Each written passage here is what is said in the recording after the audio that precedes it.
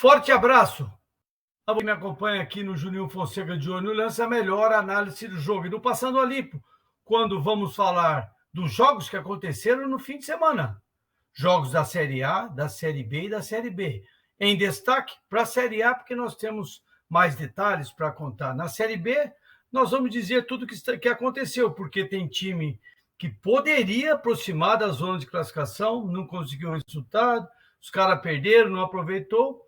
E na Série C, nós já temos favoritos na Série C, porque o primeiro e o segundo colocado dos dois grupos já tem uma pontuação que beira, se aproxima da classificação. Então, é isso hoje que nós estamos na área. Ao meu lado, meu parceiro, meu comentarista predileto, está com uma jogada lá na faculdade que eu estou sabendo, não vou contar aqui na televisão para que ninguém fique sabendo, mas você faz o favor de tirar nota 10 nesse quesito aí, Thiago. Grande abraço, bom dia, tudo bem? Opa, Juninho, bom dia, forte abraço. Como você mesmo disse, a gente tem bastante coisa para falar. Série C se encaminhando aí, já indo para o retorno, né, desses dois grupos que são formados. Série B teve tropeço de líder, inclusive. Na Série A também os times lá de cima, poucos venceram. Então vai ter muita coisa para falar aí. E sobre essa segunda parte aí eu vou deixar quieto para você, viu, Juninho? Forte abraço. Eu estou relatando tudo aí que está acontecendo. Ao nosso lado, ao meu lado e do Thiago Cotrim, mais uma vez, Vinícius Falquete se recuperando da dengue, rapaz. Se ele emagreceu, Thiago, se ele emagreceu 500 gramas, ele de lado vai dar a impressão que ele foi embora e ele de frente vai dar a impressão que ele está de lado. Muito obrigado mais uma vez ao meu parceiro das artes aqui, que me ajuda a produzir, Vinícius Falquete. Grande abraço, boa recuperação, tamo junto. Segunda-feira, dia 5 de setembro, exato momento para nós começarmos a falar da Série A, porque tivemos 9 jogos, ainda falta um jogo para ocorrer nesta segunda-feira. Vamos ver aí de cara os resultados. Olha lá que maravilha. Olha, eu estava olhando agora, Thiago, rapidamente, só para te dizer, o jogo Juventude e Avaí tinha que ter um árbitro do árbitro e um árbitro do VAR, porque cada coisa que aconteceu, inclusive botaram um impedimento lá que não foi, não estava impedido, gol do Potker, e enfim. Primeiro jogo da rodada, Thiago, Juventude e Avaí, lá no Alfredo Jaconi, em Caxias do Sul, no sábado, 16 horas e 30 minutos. O que você me fala desse 1-1 aí, Thiago? A minha impressão é que foi ruim para os dois, é isso mesmo? O Avaí ainda não se dá o luxo de relaxar, né? O Avaí que tem momentos bons do campeonato, mas aí volta a tropeçar. E o Juventude, que se tem alguma esperança de escapar do rebaixamento, não pode deixar o concorrente direto nem pontuar, principalmente quando joga em casa lá no Alfredo Jaconi. Aí vai ter que buscar pontos contra Flamengo, Corinthians, Palmeiras, Fluminense, enfim, porque aí começa a ficar mais complicado. Se você deixa de somar 3 pontos contra o concorrente direto, você vai ter que somar contra os times que estão lá em cima, então fica complicado. Para o Avaí também não dá para dizer que foi um péssimo resultado, mas o Avaí deixa de somar 3 pontos contra o pior time do campeonato, né? Então são pontos que podem fazer falta, esses 2 pontos que ficaram no caminho, né? Porque levou um para casa, mas também esse 1 ponto, né, de jogar fora numa briga tão equilibrada e disputada como está ali na parte mais de baixo da tabela, Juninho. Exatamente. O Juventude de Humberto Loser, o Avaí de Eduardo Barroca, 2 treinadores que a qualquer momento podem ser trocados, porque a pontuação e a classificação é ruim. Quem apitou foi Diego Pombo Lopes. Olha lá, o Juventude fez... o Avaí fez 1-0 aos 13 minutos do segundo tempo. Erro na saída do Juventude. Bruno Silva aciona o centroavante, que domina. Ah, meu amigo, aí tem Bisoli, rapaz, aí tem Bisoli. E depois o Chico empatou numa cobrança de penalidade máxima, que o arbitragem teve que ir lá e conferir aquela coisa tradicional. O Juventude se mantém na 20ª colocação, pega o Palmeiras no fim de semana, e o Avaí também se mantém na 18ª colocação. No fim de semana vai enfrentar o Atlético Paranaense. O segundo jogo da rodada, um jogo muito esperado, né, Thiago? Bragantino e Palmeiras, em qualquer momento nos últimos 3 anos, tem sinais de bom jogo. E estava bom jogo pro Bragantino, o Bragabu, o Red Bull, depois o Palmeiras conseguiu empatar. O que você me conta disso aí, Thiago? Foi um jogo. A gente tem tido esses jogos com bastante gols, né? Recentemente, depois dessa nova era aí no Bragantino, né? Que se juntou com o Red Bull, então tem tido muitos gols. Não é fácil você fazer muitos gols na equipe do Palmeiras, mas o Bragantino é um time que joga sem ter medo do adversário. Independente se joga lá no Nabil, se joga fora de casa. Teve um 4-2, 4-3, eu acho, o Bragantino recentemente no Allianz Parque, né? Inclusive, então isso mostra que o Bragantino é um time peitudo que não tem medo do adversário. O Palmeiras é um resultado que a rodada favoreceu demais, né? Os concorrentes ali todos tropeçaram, né? O Corinthians podia vencer e chegar a 6 pontos e talvez voltar a uma briga. O próprio Inter chegou à vice-liderança quando estava vencendo o Corinthians, mas depois terminou empatado. O Fluminense perde mais uma, o Flamengo tropeça em casa. O Atlético Mineiro vence, mas o Atlético está um pouco mais distante ainda, mas enfim.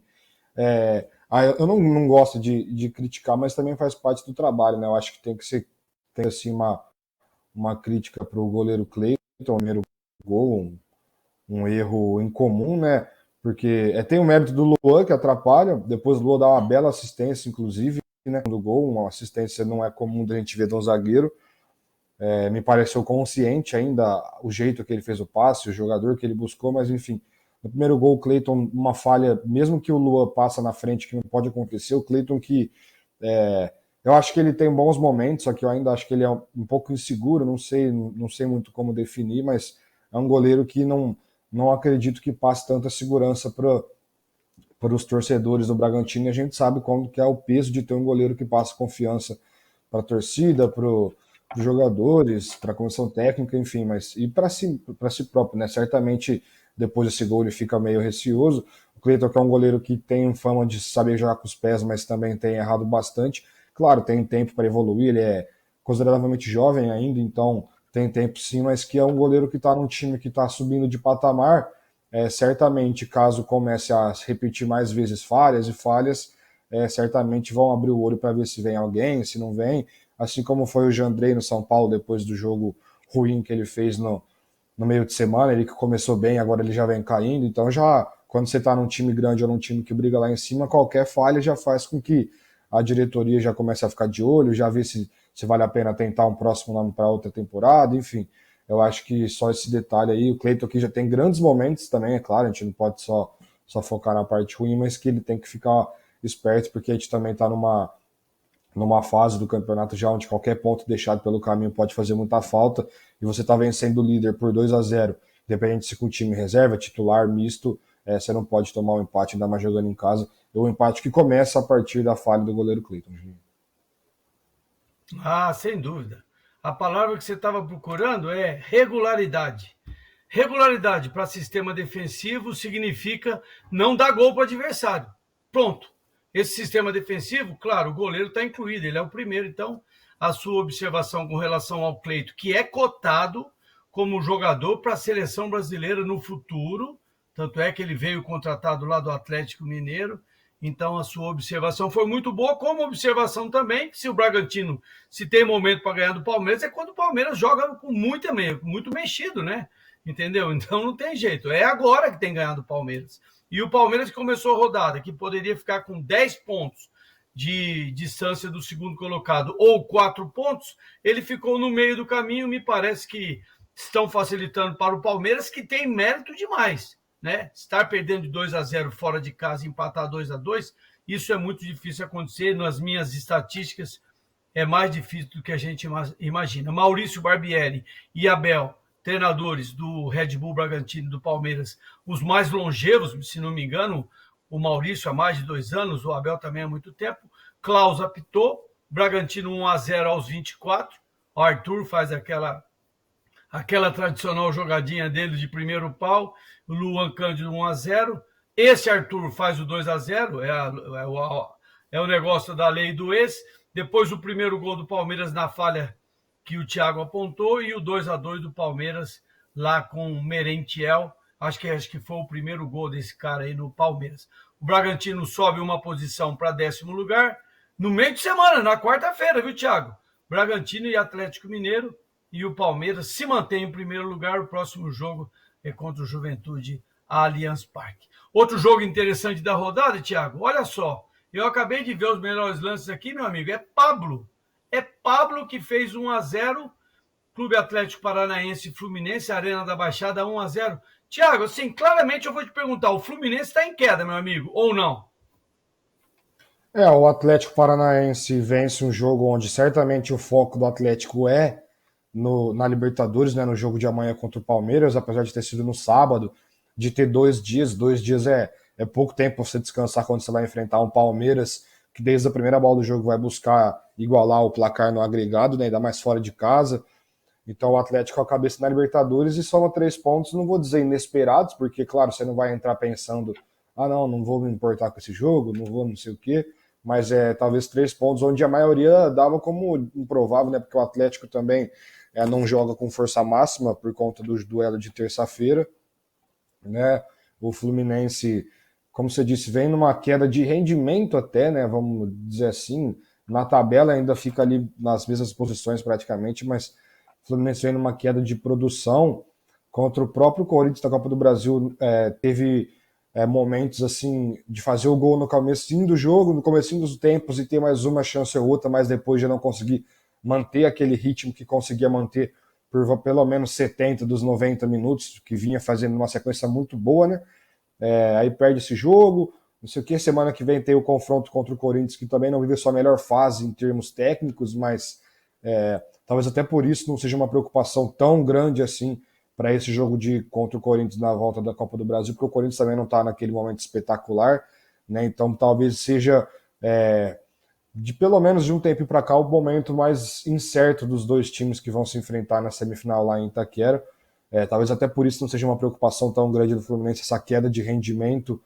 Claro, se vir com a eliminação, aí começa a pensar de outro jeito, mas pelo fato do Corinthians também não estar no seu melhor momento, talvez não seja uma preocupação tão gigantesca.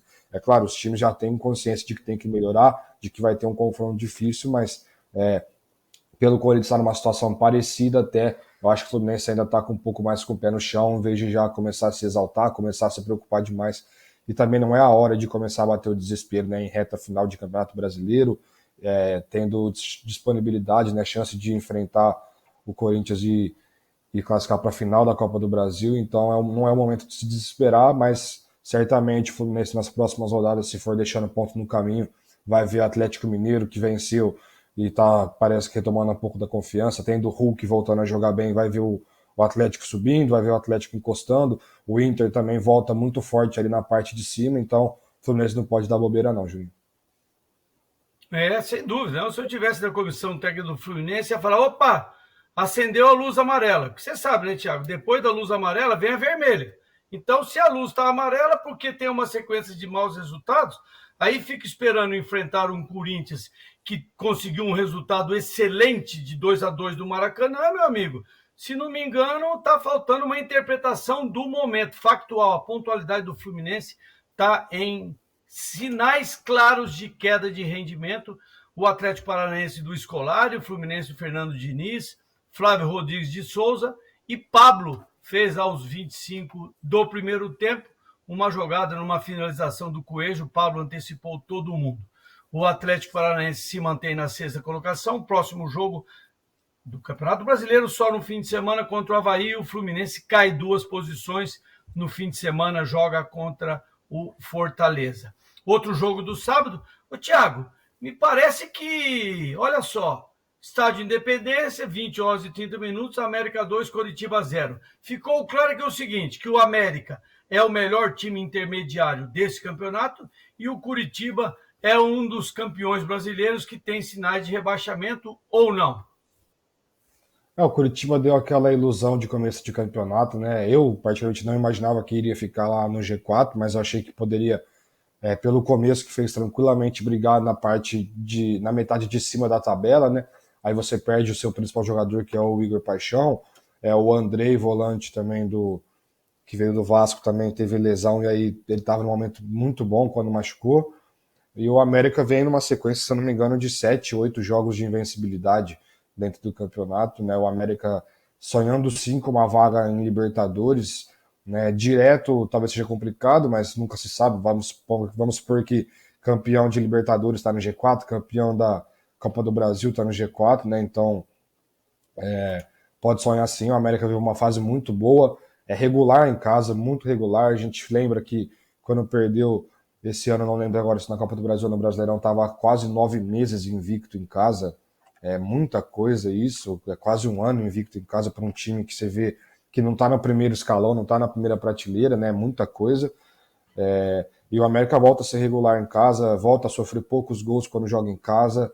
O América parece que, em vez de sentir negativamente a eliminação na Copa do Brasil, girou a chavinha e fez virar isso um ponto positivo, entre aspas, de agora a gente só tem o Brasileirão para se preocupar, vamos fazer o nosso melhor, vamos sentar, conversar. Certamente deve ter tido uma conversa interna, né, de toda a equipe ali depois da eliminação para falar, a gente está no Brasileirão só, agora a gente tem que virar a chavinha. O Juninho vai saber falar mais sobre isso, de quando você tem esse tipo de conversa, o quanto que é importante, né, para você traçar o seu objetivo. Claro, antes de começar a temporada, você já faz uma meta, já calcula seus objetivos, mas quando chega na reta final, pode ser que você esteja em outra situação, e aí você tem que atualizar esse tipo de conversa, tem que deixar os jogadores, a comissão, todo mundo dentro todo mundo com o mesmo pensamento, todo mundo a par da situação. Então o Juninho vai saber falar melhor sobre isso, mas eu vejo o América como um dos melhores times nesse momento, não em termos de futebol, não em termos disso aí é muito relativo e discutível, mas em momento um dos melhores times dentro da primeira divisão, Juninho.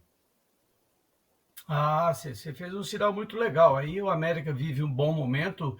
O Wagner Mancini e que tem um auxiliar o Redson. O Mancini é muito maduro, né, Thiago? O Mancini, a primeira vez que ele virou treinador, ele foi campeão da Copa do Brasil com o Paulista de Jundiaí. Então o Mancini tem uma experiência muito longa, tem paciência, é ex-jogador, tem calma, não pressiona o jogador, ele simplesmente cobra aquilo que tem que cobrar. E se o América de novo repetir a façanha de ir para a Libertadores de América, vale muito mais do que se imagina. E para chegar na Libertadores de América, Thiago, como você disse muito bem, você não precisa ser campeão brasileiro. Para chegar na Libertadores, em sexto, talvez até em sétimo lugar, você consiga chegar, dependendo dos resultados que teremos na Libertadores e na Sul-Americana desse ano. Então, e com um detalhe, né, Thiago? O tal Pedrinho e o tal Mateuzinho, eles resolveram abrir a caixa de fazer gol e todo dia eles fazem gol, ou fazem gol decisivo, ou gol que empata, enfim. O América realmente é entre os menores, vamos dizer assim, que é um termo que os comentaristas gostam de dizer, entre os menores eu acho que o América é o maior, porque depois dele tem Red Bull, tem São Paulo, tem Botafogo, tá louco, tem Timaço, é o próprio Curitiba, né? Entendeu?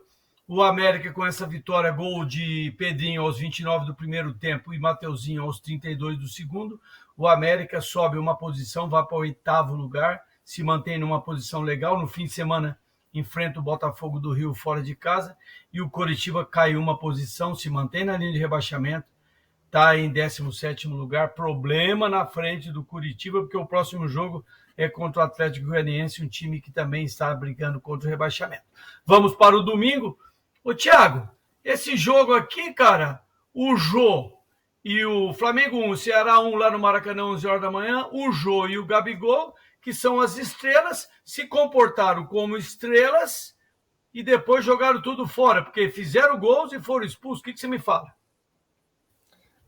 Duas expulsões ali por cabeça quente, dá para se dizer, né? Os dois fazem gols, mas depois o Ju tem um lance, eu não cheguei a ver, mas o meu irmão até comentou que tinha sido um toque de mão claro do Vidal, e aí o Ju perde a cabeça reclamando.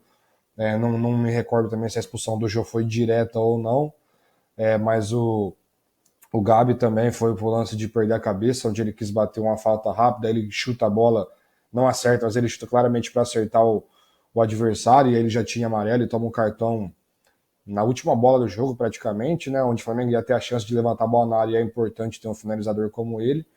E foi um dia onde ele bateu um recorde, né, ele foi o jogador mais jovem a chegar a 100 gols dentro do Brasileirão, e aí ele vai lá e joga esse recorde fora, porque foi mais falado da expulsão juvenil do que o recorde batido, né, então o Gabigol ainda peca muito nesse aspecto de reclamação, de comportamento.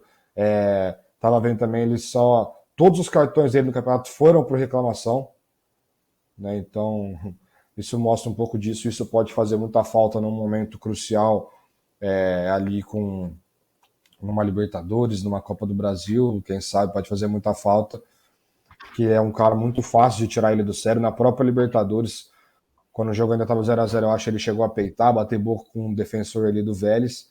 Então ele tem que tomar cuidado nesse aspecto. Na parte de bola ele faz o dele. Mas agora tem o Pedro, né? Então caso ele chegue num momento ruim e o Pedro voando e ele começa a cometer esse tipo de erro, o Flamengo tem reposição no banco para ele ficar no banco por alguns jogos, né? Até uma forma de, entre aspas, punição de um treinador, de uma comissão técnica, para falar para o jogador, não é assim que funciona. Tem gente pedindo passagem, tem Marinho jogando bem, Cebolinha entrando no encaixe desse time do Flamengo, e aí você prejudica a gente com uma expulsão besta, uma expulsão juvenil, também não é assim que funciona. Então, o Gabigol, eu acho que ele passou por um momento onde ele ficou meio sem cabeça, porque ele meio que percebeu que não dava mais para ele disputar essa Copa do Mundo, e aí ele cai de rendimento numa parte da temporada, né, quando começa a se falar de Pedro na seleção, quando o Gabriel Jesus volta a jogar bem, e aí quando ele recupera a boa fase, ele tem esse tipo de erro bobo, né? Ele tinha feito uma baita partida na Libertadores, que é isso que se espera do Gabigol, um cara que é briguento, mas sabendo um limite, porque é importante ter um jogador assim num campeonato como a Libertadores, mas que tem que saber o limite, não pode ultrapassar, porque senão prejudica não só ele, mas principalmente o time, que qualquer time está acima de qualquer jogador, você tem que pensar primeiro na parte coletiva e depois na parte individual, Juninho. Ah, sem dúvida. Os dois tiveram descompasso, viu? Não gostei nem um pingo do Jô, que é uma pessoa que eu conheço particularmente, pessoalmente, né? O Jô foi E direto? não, é cartão vermelho. Oi? O vermelho para o Jô foi direto ou foi Foi dois direto. amarelos? Ele ofendeu o árbitro. Ele ofendeu o árbitro, dá para perceber claramente que ele ofende. Ele tinha razão, porque a bola toca no braço do Vidal, né? Que poderia ter uma outra interpretação, não há dúvida nenhuma que a reclamação era, entre aspas, com uma certa razão, mas a forma de se expressar não tem como, né? Até porque tá todo mundo vendo, tá próximo, uma jogada com muita gente próxima, ele ofende o árbitro, os outros jogadores ouvem. Então o árbitro falou o seguinte: mas peraí, se eu não mandar esse cara embora, vai virar uma baderna no jogo. Então o árbitro tomou uma medida que tomou uma medida correta. Pô, tá me ofendendo por causa do quê? Se eu errei um momento, se eu não vi, se eu não apitei aquilo que ele imaginava que devia ter apitado, não precisa ofender de forma nenhuma. Você foi muito feliz ao fazer essa crítica para os dois. O João, um cara maduro, milionário, cheio de saúde, cheio de vida, tá gastando vela com defunto ruim, e o Gabigol, que aos poucos tá mostrando que às vezes o destempero dele atrapalha a carreira dele, porque ele, sem dúvida, o Gabigol, fazedor de gol, é maravilha de jogador, 100 gols. Rapaz, fazer 100 gols em Campeonato Brasileiro, ele vai daqui a pouco chegar perto de Zico, de Roberto Dinamite, que são entidades futebolísticas, né? Então, realmente, eu acho que um jogo às 11 horas da manhã, os caras não estão muito espertos. Dorival Júnior e Lúcio Gonzalez há pouco tempo no Ceará trabalhando. Paulo César Zanovelli é um árbitro que é muito cotado lá no entendimento da comissão de arbitragem. Gabigol fez... deixa eu ver aqui. Isso. O Ceará fez 1-0 o gol do Jô, como sempre. Cai para ele, não tem jeito. O Jô é terrível. E o Flamengo empata com o Gabigol. O Flamengo se mantém na segunda colocação, 44 pontos, joga no meio de semana na Libertadores e no fim de semana joga contra o Goiás. O Ceará se mantém na 15ª colocação, pega o Santos no final de semana. Agora, Thiago, eu trabalhei no Corinthians no Internacional. O Corinthians, os caras do Corinthians estão sabendo que o jogo tem 90 minutos, ou para eles só 45 minutos está suficiente? Porque o Corinthians não fez nada no segundo tempo, Thiago. Que coisa chata. Eu estava aqui defendendo a bronca do Corinthians, falando que ele estava bem, que aquele empate contra o Fluminense lá tinha dado aspecto moral, mesmo sem o Renato e tal. Jogou meio tempo e achou que estava bom, quase perde o jogo, viu, Thiago? O Corinthians mais uma vez leva um gol no primeiro ataque do adversário, né? São alguns gols sofridos logo no começo do jogo até aqui na temporada. Teve um poder de reação muito rápido, né? Muito rápido mesmo. Não é nem comum um time levar um gol assim.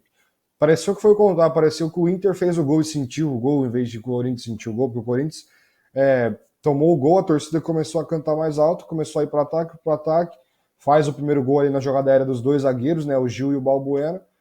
O primeiro gol do Balbuena nessa volta, e depois o gol do Yuri ali, um gol de centroavante, onde tem a falha do goleiro Daniel, mas o Yuri Alberto estava posicionado. Outra vez a lei do ex, que tinha de lei do ex também era coisa pra caramba nesse jogo. Tinha Juliano, Bruno Mendes, Yuri Alberto, Gabriel do outro lado, Edenilson do outro lado, fora os ex-gremistas, né? Cássio, Fábio Santos, o próprio Juliano, Ramiro. Então era um duelo onde a rivalidade Corinthians e Inter vai crescendo cada vez mais. E aí o Inter teve os méritos, o Inter no segundo tempo fez um bom segundo tempo, algumas oportunidades, o Cássio fazendo grande defesa para variar um pouco, né? Tem virado rotina cada vez mais o Cássio quando ele tá bem fisicamente, tá em boa forma, ele tá jogando, é claro, os 3 goleiros da Copa estão definidos, mas ele tá jogando em nível de Copa do Mundo, na minha opinião. É claro, ninguém vai mexer nos 3 goleiros, a gente está muito bem servido. Eu mesmo, como corintiano, levaria o Everton, não tem como tirar o cara que está ali 3 anos sendo convocado constantemente e jogando muita bola também.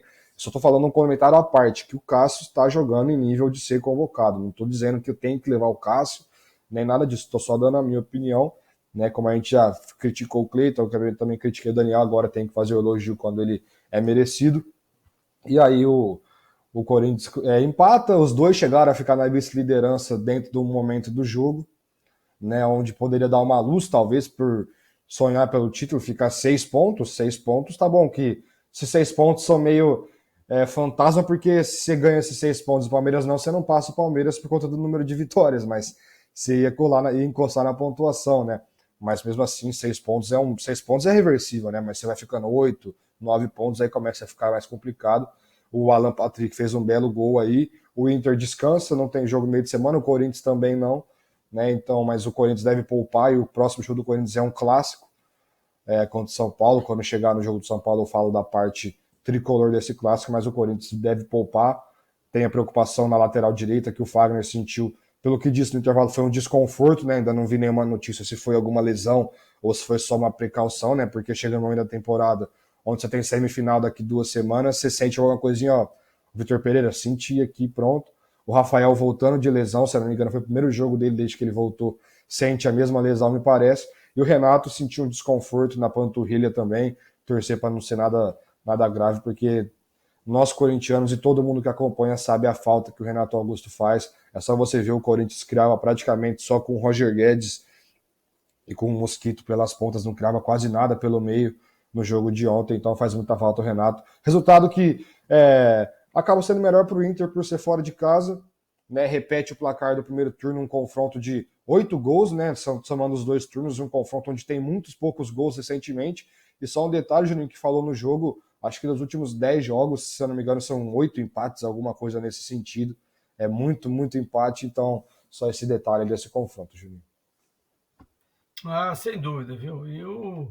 A minha preocupação com o Corinthians é de uma hora para outra o Corinthians perde o poder de fogo, passou o segundo tempo esperando, apesar que o Internacional, Thiago, tem Edenilson na reserva, Alan Patrick na reserva, tem um atacante lá, o número 9, que foi contratado recentemente, estrangeiro, na reserva também. Então, os reservas do Internacional foram melhores, são melhores, e o treinador do Inter foi esperto, o Corinthians correu o perigo de perder um jogo que ele se perde e arrumar confusão na cabeça de todo mundo.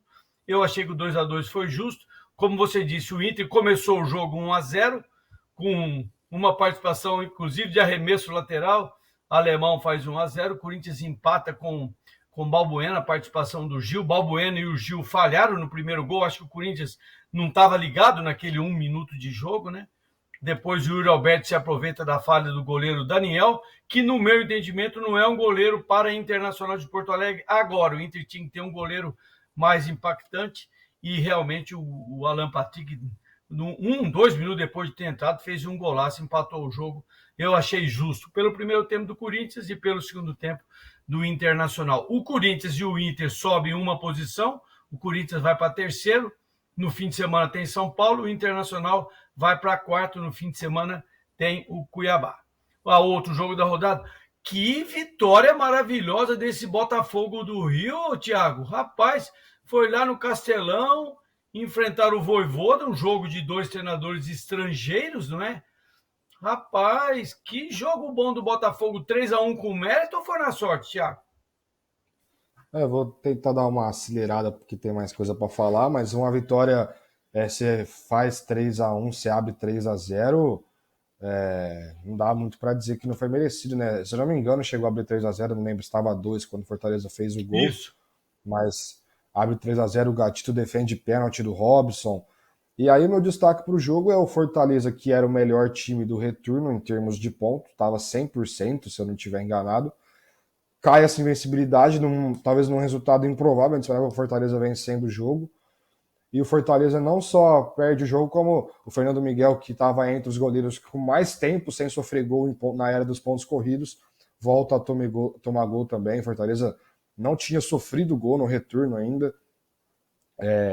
Teve jogo de Copa do Brasil no meio, mas aí falando só de Brasileirão, o Fernando Miguel estava entre um dos nomes com mais tempo sem sofrer gols. Agora não vou lembrar todos, eu lembro do Cássio de 2017, não vou lembrar os outros que estavam na lista, mas só esse detalhe aí, mas resultado importantíssimo do Botafogo, que estava precisando demais. Para Fortaleza, Fortaleza acho que não vai voltar a brigar lá embaixo, não, porque uma derrota só acho que não vai fazer o time sentir tanto, e tem muito mais time do que os adversários que estão abaixo dele, Juninho. Meu amigo, o Botafogo, só para você registrar, é um dos times que mais resultado tem fora de casa. Ele é o terceiro time, tem 18 pontos conquistados fora de casa, 5 vitórias e 3 empates. Então, o pessoal do Fortaleza se esqueceu desses detalhes. São detalhes que estão disponíveis na internet, Thiago. Facinho de saber que o Botafogo tem fora de casa um bom rendimento.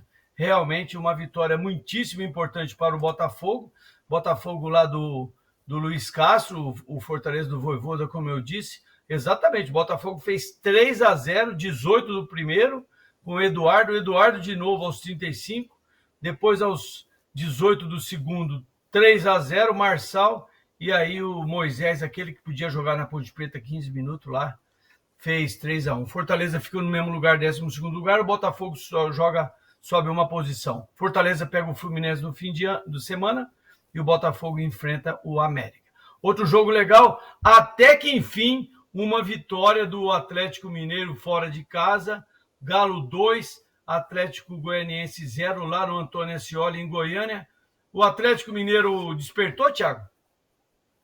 Vamos ver, né? Tem que dar mais umas rodadas para ver, mas você vê o Hulk voltando a fazer gols em 2 jogos seguidos. Eu acho que já devia fazer um tempinho que isso não acontecia, né? Uma temporada muito abaixo do Hulk, apesar de ter números bons, né? Mas se a gente comparar com a passada, muito abaixo. O Keno também teve lesões, mas foi muito bem na temporada passada, mas esse ano cai bastante, mas é um jogador muito importante quando tá bem também, é um cara do 1 contra 1, que tem uma finalização muito boa. O Atlético Goianiense não adianta, eu já falei, mas eu vou acabar repetindo, não adianta ser campeão da Sul-Americana, por exemplo, e ser rebaixado. Se o torcedor consciente for responder uma pergunta, se prefere o título ser rebaixado ou o vice, ou sofrer a eliminação na semifinal pelo São Paulo e ficar na Série A, o consciente vai responder que prefere ficar na Série A, né? Porque apesar de entrar uma grana muito boa, que já entrou por já tá na semifinal, você ser rebaixado muda todo o planejamento do time na temporada, né? Então, se for responder conscientemente, eu preferi ficar na Série A do que ser campeão da Sul-Americana. Dá para fazer os dois? Dá. Tem confronto direto na próxima rodada. Talvez seja o começo dessa uma reviravolta, quem sabe, do Dragão, porque o Atlético, na minha opinião, não tem time para estar na situação que está, apesar de já estar lá há muito tempo. Eu acho que o Atlético tem bons jogadores, tem um coletivo forte, estava com o Jorginho, que é um bom treinador, na minha opinião, então não era para estar nessa situação, mas vai começando a ficar com menos tempo, Juninho. Não tenho dúvida nenhuma, né? A chegada do Eduardo Batista pode trazer um motivacional para o Atlético Goianiense, mas mais uma derrota, 19º lugar, está muito longe. Tem um confronto contra o Coritiba no fim de semana e o Atlético Mineiro pega o Bragantino. O Atlético Mineiro parece ter acordado um pouquinho. Vamos ver o que vai acontecer. Cuiabá 1, São Paulo 1. Rapaz, mas os caras reclamaram tanto do São Paulo. Será que o São Paulo tem uma perspectiva ruim de rebaixamento? Acho que não, né, Thiago? Mas vamos ver. É a situação do Fortaleza. O São Paulo é bem mais times dos que estão abaixo dele, mas é o São Paulo que, se pegar os últimos não sei quantos anos, entre os maiores, entre os mais tradicionais, ele é o mais irregular dentro do Brasileirão, né? Ele chegou a 2020 a ser líder por bom tempo, foi o ano do Diniz lá, mas o São Paulo ele não consegue encaixar uma regularidade de 5 rodadas no Brasileirão. Aí ele encaixa, aí depois ele fica 10 sendo regular, aí volta e fica 2 sendo regular. É muito pouco para um time igual o São Paulo. O São Paulo tem um time bom, tem um elenco bom, na minha opinião. Mas o São Paulo começa a se complicar. Fica muito difícil classificar nas Copas. Se classificar nas duas é dos maiores milagres da história do São Paulo. Conseguir reverter 2-3-1, né? Se conseguir se manter em uma delas já está de muito bom tamanho, mas tem que acordar. Eu acho que não deve sofrer muito. É um confronto direto para dizer que o resultado foi melhor para o São Paulo, apesar de toda a crise que o São Paulo está vivendo em termos de futebol, em termos de resultado. Mas não, apesar de ser muito difícil de brigar lá embaixo no finalzinho, não dá para descartar a possibilidade. Então o São Paulo tem que acordar, porque não é o suficiente para o São Paulo, não. Você chegar em 2 semifinais, perder os 2 primeiros jogos de 3-1 e depois terminar na segunda metade da tabela, por exemplo. Do mesmo jeito que eu falei, o que adianta chegar nas 2 semifinais, ser eliminado nas 2 e tá mal no Brasileirão? Você tem que ter uma regularidade maior. Então fica um pouco complicado defender o São Paulo, que perdeu uma baita chance na última bola do jogo também, ali com mais atacantes do que defensores do Cuiabá, mas não dá muito para defender o São Paulo, não. Viu o que vai acontecer agora nessa semana pela Sul-Americana, depois da Copa do Brasil, e aí depois a gente faz uma nova análise no Brasileirão do São Paulo, talvez com uma expectativa de melhora por classificar em um dos 2 mata-matas, em um ou nos 2, ou o São Paulo fora dos 2 e preocupado no Brasileiro, né? A gente tem que ver qual que vai ser a situação do São Paulo, Juninho. Sem dúvida. Com certeza a organização, a logística do São Paulo deve ser complicada, porque 2 derrotas de 3-1 no Brasileiro não consegue estabelecer. Empatou com sorte. Teve o lance do último gol, da última jogada, que poderia ter feito 2-1, mas no lance do gol, rapaz, o VAR, eu vi 4 faltas, 5 observação e 14 cartão amarelo. São Paulo 1, o Cuiabá 1 também. O Cuiabá sobe uma posição, sai da linha do rebaixamento, vai para 16º. São Paulo caiu uma posição, vai para 14º. Encerrados os jogos, nós vamos ainda hoje teremos Santos e Goiás, 20 horas lá na Vila Belmiro. O Vinícius vai mostrar para nós a página 1 e a página 2. A página 1, nenhuma surpresa, a não ser o Ameriquinha aí, né, Thiago? Muito próximo os times ali, né? Você vê do Flamengo para baixo, do Flamengo ali até o Galo, 5 pontos de diferença só, né? Então, muito próximo, muito colado os times, então deve ter muita mudança ali do segundo para baixo. Do primeiro, vou falando, cada rodada aqui tá muito difícil tirar o título do Palmeiras, mas dali do Flamengo para baixo a gente vai ter muita mudança ainda dessa colocação, porque tá 44, 43, 42, então pode ter certeza que vai ter muita mudança ainda, Júnior. E sim, o América é um destaque nessa primeira metade. Sim, e o Santos que pode ir para ganhar uma posição para o 8º lugar se ganhar hoje do Goiás. Na página 2, deixa eu ver o destaque da página 2. O destaque é a presença do São Paulo a 5 pontos da linha de rebaixamento, né? Porque Ceará, Cuiabá, esses caras aí para baixo vão brigar entre eles até o fim da competição. O Fortaleza e o Goiás estão um pouquinho fora, né, Thiago? O Fortaleza, igual a gente viu o Goiás muito forte em casa, né? Principalmente com o Pedro Raul. O Fortaleza também, a gente disse que se engatasse uma sequência ia ser difícil segurar a Fortaleza lá embaixo, porque é muito mais time que esses times que estão aí. E aí a gente vê o Atlético Goianiense, que está a 4 pontos, que a gente falou lá em cima que 4 pontos do Galo para o Corinthians é pouca coisa, 5 pontos. Mas aí já começa a ser muita coisa, né? Porque lá são 5 pontos para chegar num objetivo bom. Aí para você sair da zona de rebaixamento é outro peso do que para você entrar no G4. Então esses 4 pontos parecem ser muito mais do que os 5 pontos que são na parte de cima da tabela, né, Juninho?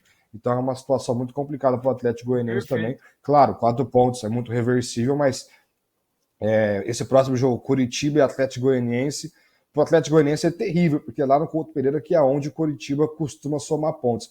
E o São Paulo, só um detalhe, mesmo que não brigue lá embaixo, só de você pegar a tabela do São Paulo terminar em 14º, que vamos supor que terminasse hoje, você olha e fala assim, o que aconteceu com o São Paulo, né? Que terminou em 14º.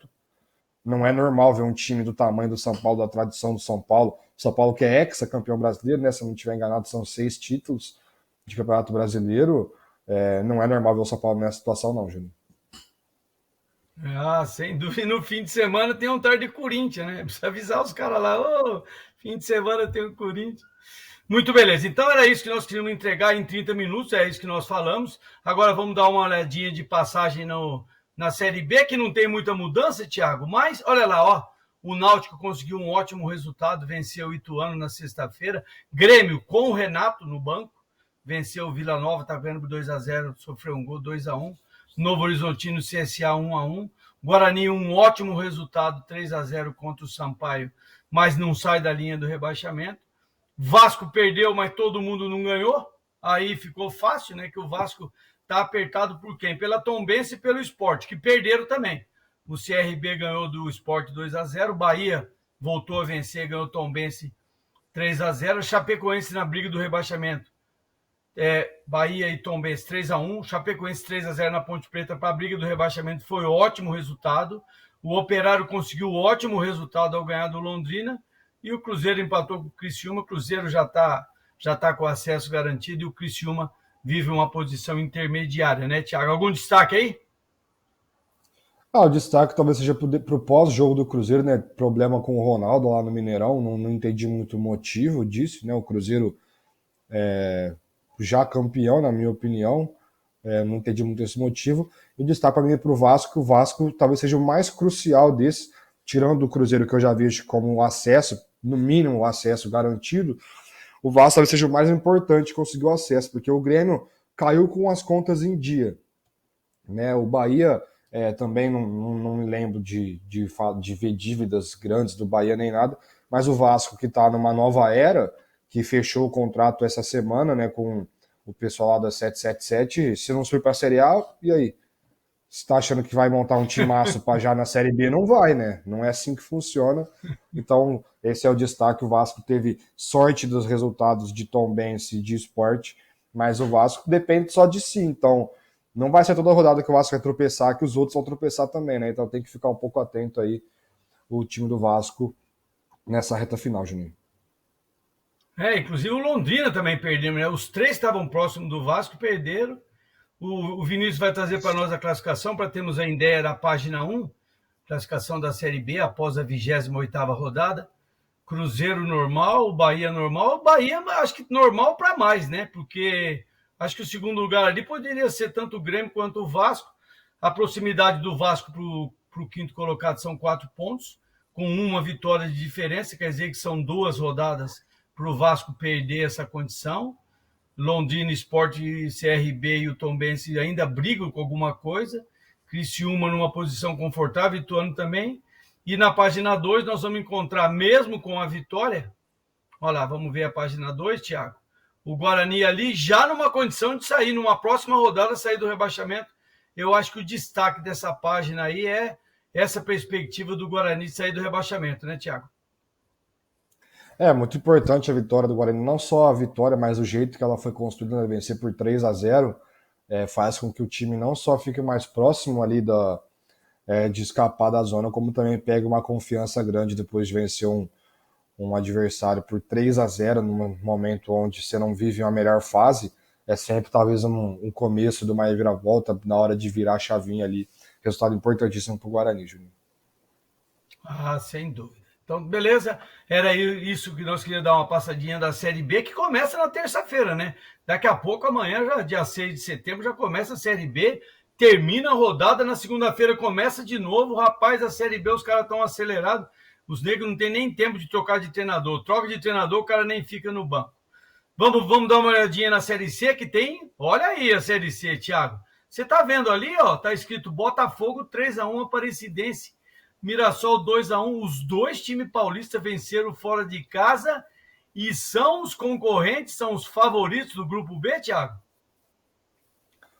Quando tinha um começo, antes de começar, a gente apontava Mirassol como principal candidato, e aí muito parelho Botafogo e Volta Redonda, e respeitando, é claro, mas pondo um pouco mais abaixo a Aparecidense, e a vitória do Mirassol, que tropeçou na primeira rodada, faz com que o Mirassol, vencendo o próximo jogo, que é em casa, já fique muito improvável o não acesso. E o Botafogo, caso vença a Aparecidense, tem tudo para fazer o jogo do acesso contra o Mirassol aqui no Santa Cruz, né? Porque se o Botafogo vencer a Aparecidense, dá mais se empatar, por exemplo, se Volta Redonda não. Eu acho que é melhor o Botafogo o Mirassol vencer o Volta Redonda do que Volta Redonda vencer, né? Porque Ué. aí entraria um concorrente a mais, né? Que não é o que precisa no momento. Mas o Botafogo vencendo a Aparecidense em casa, que é favorito, na minha opinião, né? No domingo às 11 horas, eu acho que fica muito encaminhado para você vencendo o Mirassol em casa, quer dizer, fazer o jogo do acesso em casa, a gente sabe que é diferente, que é bacana não só para o time, mas para a cidade, e claro que você jogar com essa torcida num jogo assim é mais fácil, entre aspas, do que jogar fora de casa. Mas o Botafogo também tem o detalhe, né? Que se perde para o Mirassol, por exemplo, no jogo aqui, vai decidir a vaga fora de casa, né? Então tem todo esse aspecto de pode tanto fazer o jogo do acesso em casa, como pode não vencendo um jogo desse, fazer o jogo de volta, quer dizer, o jogo decisivo contra o Volta Redonda lá no Rio de Janeiro, né? Então, vamos ver o que vai acontecer. A Aparecidense, caso não vença o Botafogo, já dá para descartar, né, no próximo jogo. Mas ainda equilibrado, ainda com encaminhado, vou dizer, porque dependem só de si, Mirassol e Botafogo. O Botafogo faz 2 jogos em casa agora, mas com Volta Redonda muito forte na briga, certamente de olho ali. Mas o Mirassol vencendo o Volta Redonda e o Botafogo vencendo a Aparecidense já encaminha demais ali o acesso dos dois times paulistas nesse grupo B. Nesse grupo B não, né? Nesse grupo aí, Juninho. Por incrível que pareça, se chama Grupo B. Botafogo e Mirassol, as duas equipes paulistas, fazem 2 jogos em casa, nesses 3 que faltam, então tem um sinal absolutamente claro da perspectiva positiva de acesso tanto do Botafogo no Mirassol. No outro grupo, a vitória do Figueirense 2-1 contra o Paysandu não fez nenhum ponto, e a briga Vitória e o ABC para que se mantenham na luta. Acho que o Paysandu está fora. Vamos ver a classificação como ficou, Thiago? Olha lá. Olha lá, Mirassol 7, Botafogo 6, com uma perspectiva muito positiva, não é? E Volta Redonda 3, a Presidência 1. E no grupo C, da Série C, o ABC, o Figueirense na frente, com 7 e 6 pontos. E o Vitória ainda vivo nesta competição.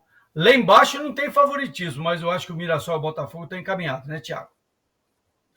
Eu vou falar também que o destaque Figueirense nesse jogo contra o Paysandu foi o maior público do ano em Santa Catarina, né? Muito bacana ver isso, até porque a gente tem o Avaí na Série A, por exemplo, né? O Figueirense joga uma série. Claro, quando é mata-mata atrai mais. Claro, ainda não é mata-mata, mas dá para dizer como se fosse, né, Juninho? Porque 2 vão ser eliminados e 2 vão subir, então é como se tivesse realmente classificando para uma etapa mais. Então, eu acho que atrai mais esse tipo de formato do que só pontos corridos, né, sem ter um jogo de eliminação nem nada. Então, mas mesmo assim, estando na Série C com o seu rival na Série A e você ter o maior público é muito bacana. E aí, como eu disse, o Botafogo se vencer vai para 9 e o Volta Redonda se perder fica em 3. Ou seja, o Botafogo se vencer vai poder empatar, por exemplo, com o Mirassol em casa, caso o Mirassol também vença. Então, o Botafogo, se vencer o próximo Volta Redonda perder, o Botafogo vai ter 2 jogos para fazer um ponto, né? Então, como se fosse isso, né? Então ficaria muito encaminhado. E um desses jogos é contra o Volta Redonda, né? Que ainda teria essa pressão a mais. Então, o Botafogo também se coloca numa situação muito, muito forte, porque é favorito contra a Aparecidense em casa, sim. Então, acho que o Botafogo coloca numa situação muito boa também. O Mirassol, melhor ainda, porque o Mirassol se vencer, talvez já tenha acesso, porque a última rodada vai ter Botafogo e Volta Redonda, né? Então, vai ser matar ou morrer para Botafogo ou Volta Redonda e o Mirassol lá tranquilo, fazendo o jogo em casa contra a Aparecidense, por exemplo. E no grupo de baixo, o Vitória vencendo, Vitória empata, né, em número de pontos. Então, ainda mais equilibrado do que aqui, como você disse, o Paysandu, se vencer os 3, chegaria a 9. Mas é muito difícil, não vem conseguindo encaixar muito o jogo. É muito complicada a situação do Papão nesse momento, Juninho. Exatamente. Mirassol e Botafogo, favoritismo.